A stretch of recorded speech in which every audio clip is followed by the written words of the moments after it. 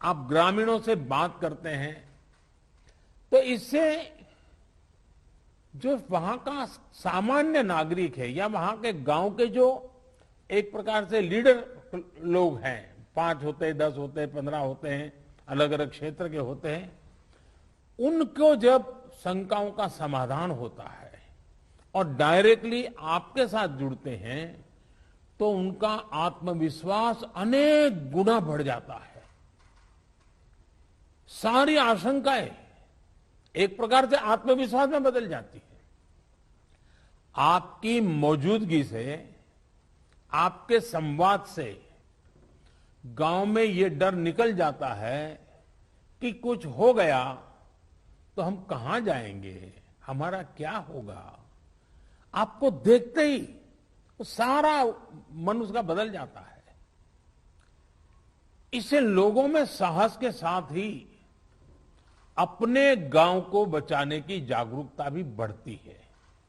और मेरा आग्रह है, हमें गांव गांव यही संदेश पक्का करना है कि हमें अपने गांव को कोरोना से मुक्त रखना है और लंबे अरसे तक जागरूकता से प्रयास करना है। साथियों, बीते कुछ समय में ये बात सही है कि देश में एक्टिव केस कम होने शुरू हुए हैं। आप भी अपने जिले में अनुभव करते होंगे कि 20 दिन पहले जो एकदम से आपके ऊपर प्रेशर आया था, अब आपको भी काफी महसूस होता होगा बदलाव। लेकिन आपने इन 1.5 सालों में ये अनुभव किया हुआ है कि जब तक ये संक्रमण माइनर स्केल पर भी मौजूद है तब तक चुनौती बनी रहती है। कई बार जब केस कम होने लगते हैं तो लोगों को भी लगता है कि अब चिंता की बात नहीं, वो तो चला गया। लेकिन अनुभव दूसरा है। टेस्टिंग और डिस्टेंसिंग जैसे मेजर्स को लेकर लोगों में गंभीरता कम न हो, इसके लिए सरकारी तंत्र, सामाजिक संगठन, जनप्रतिनिधि, इन सबके बीच में एक सामूहिक जिम्मेवारी का भाव हमें पक्का करना होगा और प्रशासन की जिम्मेवारी और बढ़ जाती है।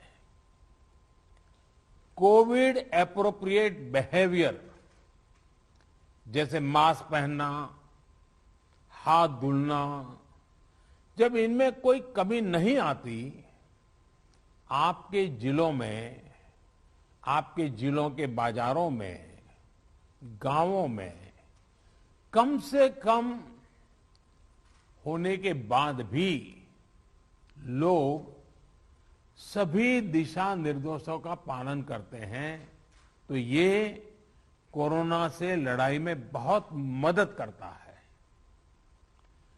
स्थितियों पर लगातार नजर रखने से जिले के सारे प्रमुख विभागों, जैसे पुलिस का विभाग हो, साफ सफाई की बात हो, इन सारी व्यवस्थाओं का, इनके बीच में बेहतर तालमेल और प्रभावी परिणाम स्वाभाविक रूप से निकलने लगते हैं।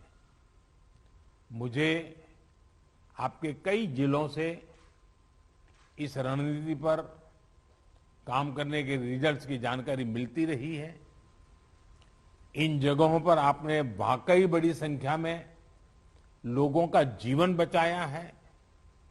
साथियों, फील्ड में किए गए आपके कार्यों से, आपके अनुभवों और फीडबैक से ही प्रैक्टिकल और इफेक्टिव पॉलिसीज बनाने में मदद मिलती है।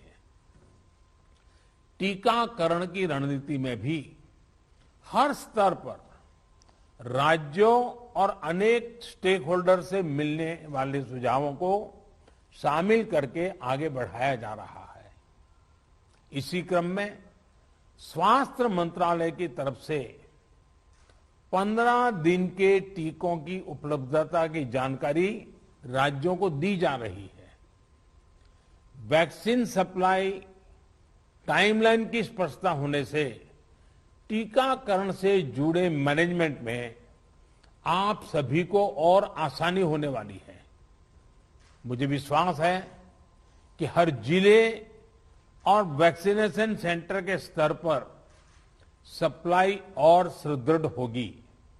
इससे टीकाकरण से जुड़ी अनिश्चितताओं को दूर करने में, पूरी प्रक्रिया को स्ट्रीमलाइन करने में बहुत मदद मिलेगी।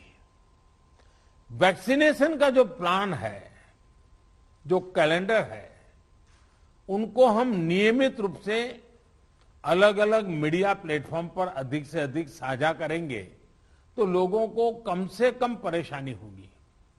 साथियों, पिछली महामारी हो या फिर ये समय, हर महामारी ने हमें एक बात सिखाई है।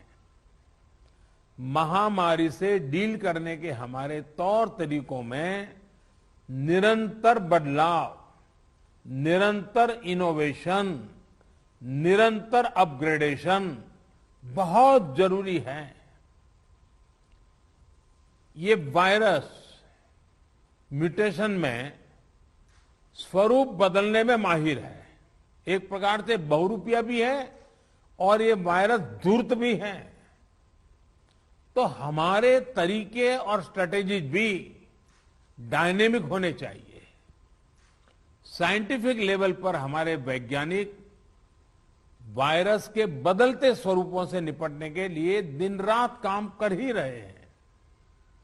वैक्सीन बनाने से लेकर एसओपीज और नई ड्रग्स बनाने तक लगातार काम हो रहा है।